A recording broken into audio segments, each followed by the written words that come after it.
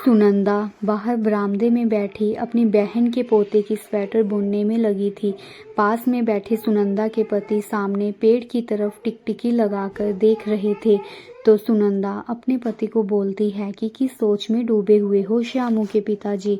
तो सुनंदा का पति कहता है कि हमारे दोनों बेटे श्यामू और घनश्यामू ने हमारा पूरा कारोबार संभाला हुआ है, हमें बिल्कुल भी टेंशन नहीं है, क्योंकि मैं जानता हूँ कि वे बिजनेस बहुत अच्छा चला रही हैं और हमारी दोनों बहुएं भी हमारी कितनी सेवा करती हैं। तीनों समय हमें गरम गरम खाना बनाकर देती हैं। हमें अपने चारों बच्चों पर बहुत गर्व महसूस होता है। बाहर जब मैं लोगों से कहते हुए सुनता हूँ कि मेरे बच्चे मेरे कहने से बाहर हैं, बहुत दुखी होते हैं अपनी औलाद से और हमारे बच्चों की बहुत तारीफ करते हैं, बोलते हैं कि ऐसे बच्चे भगवान सभी को दे। उधर दोनों बेटे श्यामू और घनश्यामू ने अपनी पढ़ाई पूरी की और अपने पिताजी का कारोबार संभाला है। अपनी तरफ से उन्होंने कारोबार को आगे बढ़ाने के लिए कुछ भी नहीं किया, फिर भी उन्होंने जो पिता के द्वारा जो कारोबार खड़ा किया था उसे ही संभालते थे। दोनों की पत्नियां रानू और रिंकी पूरा घर संभालती थी। जिधर रानू बड़ी बहू होने के नाते थोड़ी काम करने में आलसी थी, बस पूरा दिन ऐशो आराम की ज़िंदगी व्यतीत करती थी। पर छोटी बहू रिंकी बहुत ही मेहनती थी, क्योंकि पीछे उसने अपने मायके में गरीबी देखी थी। उसे कद्र थी कि पैसे कैसे कमाए जाते हैं, कितनी मेहनत लगती है पैसे कमाने में। पर रानू ऐसी नहीं थी, उसने गरीबी तो कभी देखी ही नहीं थी। वे हमेशा ही रिंकी पर रोब जमाती थी कि मैं इस घर की बड़ी बहू हूँ और तुम्हारी जेठानी हूँ। पर रिंकी कुछ नहीं बोलती थी। उसने रानू को हमेशा से ही अपनी बड़ी बहन समझती थी। कुछ साल तो बड़े अच्छे से निकलते हैं। घर में सुख शांति का माहौल भी बना रहता है। माहौल भी तभी बना रहता है क्योंकि रिंकी रानू को कुछ नहीं बोलती थी, इसलिए घर में कोई लड़ाई झगड़ा भी नहीं होता था। पर कुछ समय के बाद श्यामू और घनश्यामू को जुए की लत लग जाती है और इसी जुए की लत के कारण वे अपने पिताजी का बना बनाया कारोबार डुबो देते हैं। यहाँ तक कि वे अपने पिताजी की पुश्तैनी हवेली और ज़मीन तक भी दांव पर लगा देते हैं।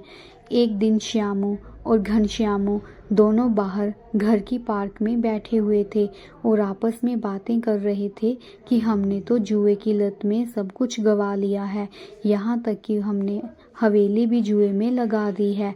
अब माँ पिताजी को इस बारे में पता चलेगा तो वे जीते जी ही मर जाएंगे। कितना विश्वास था उनको हम दोनों पर। सारे आस पड़ोस और रिश्तेदारों में हमारी तारीफ करते हुए थकते नहीं थे। पर अब क्या होगा, घनश्यामू कहता है कि कुछ ना कुछ तो करना ही पड़ेगा।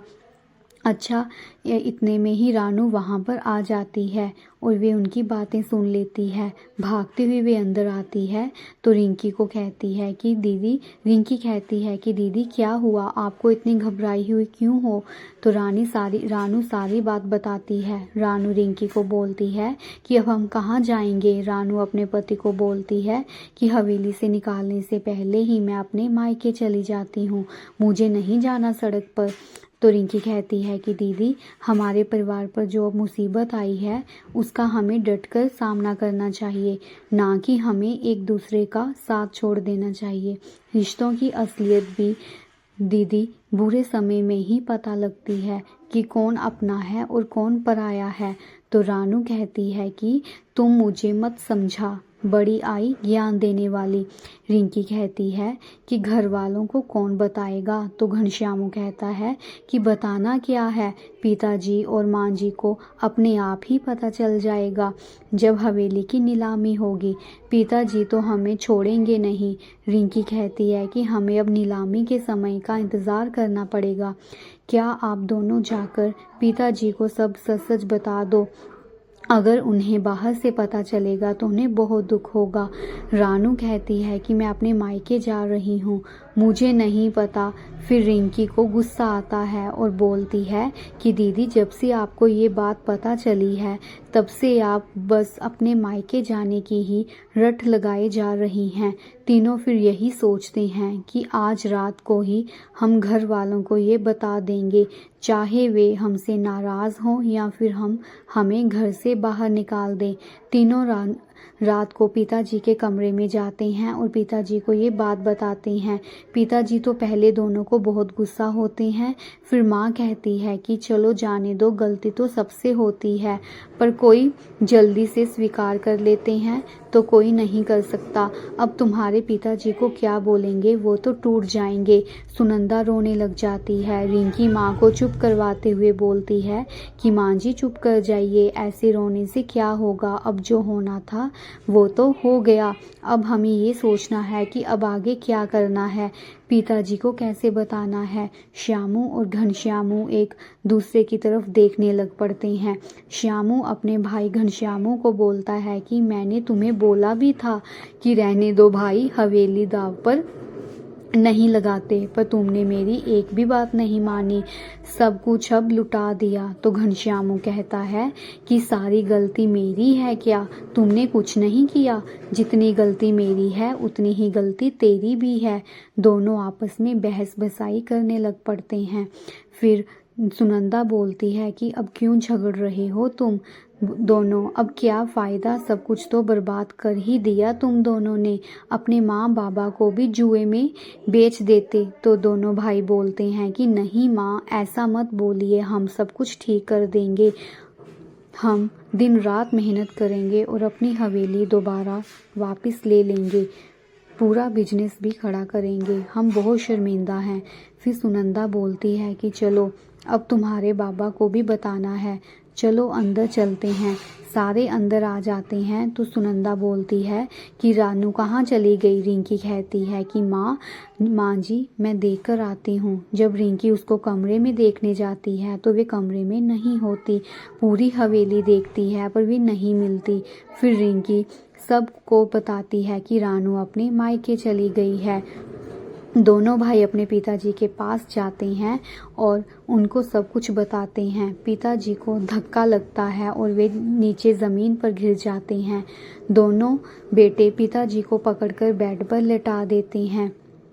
कुछ देर बाद होश में आने पर वे काफ़ी रोते हैं और बोलते हैं कि ये तुम दोनों ने क्या कर दिया है, मेरी सारी ज़मीन जायदाद सब कुछ लुटा दिया है तुम दोनों ने, अब मैं क्या मुंह दिखाऊंगा बाहर कि मेरी औलाद कैसी निकली है।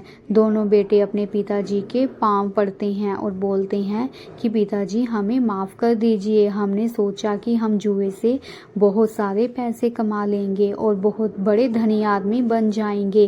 तो उनके पिताजी बोलते हैं कि मैंने आज तक कोई भी गलत काम का सहारा नहीं लिया, अपनी हक हलाल की कमाई से ये बिजनेस खड़ा किया था, पर तुम दोनों ने उसे बर्बाद करके रख दिया है। फिर अगली सुबह घर की नीलामी होना शुरू हो जाती है।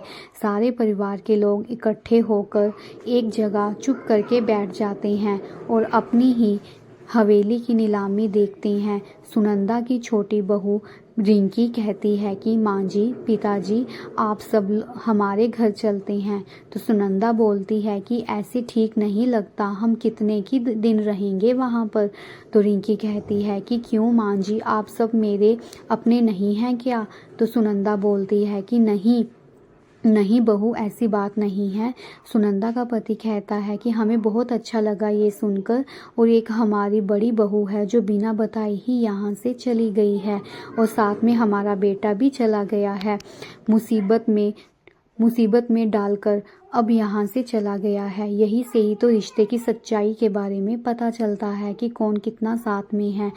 चलो कोई बात नहीं, क्या करना, अब हमारे दोनों बेटों ने हमें ये दिन भी दिखा दिया है, हम अपने ही घर से बेघर हो रहे हैं, इससे बड़ी समस्या और बड़ी बात क्या हो सकती है। फिर पूरा परिवार अपनी छोटी बहू रिंकी के घर चला जाता है। वहाँ पर कुछ दिन ठहरते हैं तो सुनंदा बोलती है कि आपने मेरे नाम पर एक एफडी करवाई थी, हम उसी से अपने रहने का थोड़ा बहुत बंदोबस्त कर लेते हैं। सुनंदा का पति कहता है कि हाँ ठीक है, तुम सही कह रही हो। फिर वे अपने रहने के लिए एक छोटा सा घर देखते हैं और वहाँ पर चले जाते हैं। रिश्तों की सच्चाई ही बुरे वक्त में पता चलती है कि कौन अपना है और कौन पराया है। तो फ्रेंड्स, अगर आपको मेरी ये कहानी अच्छी लगी हुई हो तो प्लीज़ चैनल को लाइक, सब्सक्राइब, शेयर और कमेंट ज़रूर कीजिएगा। धन्यवाद।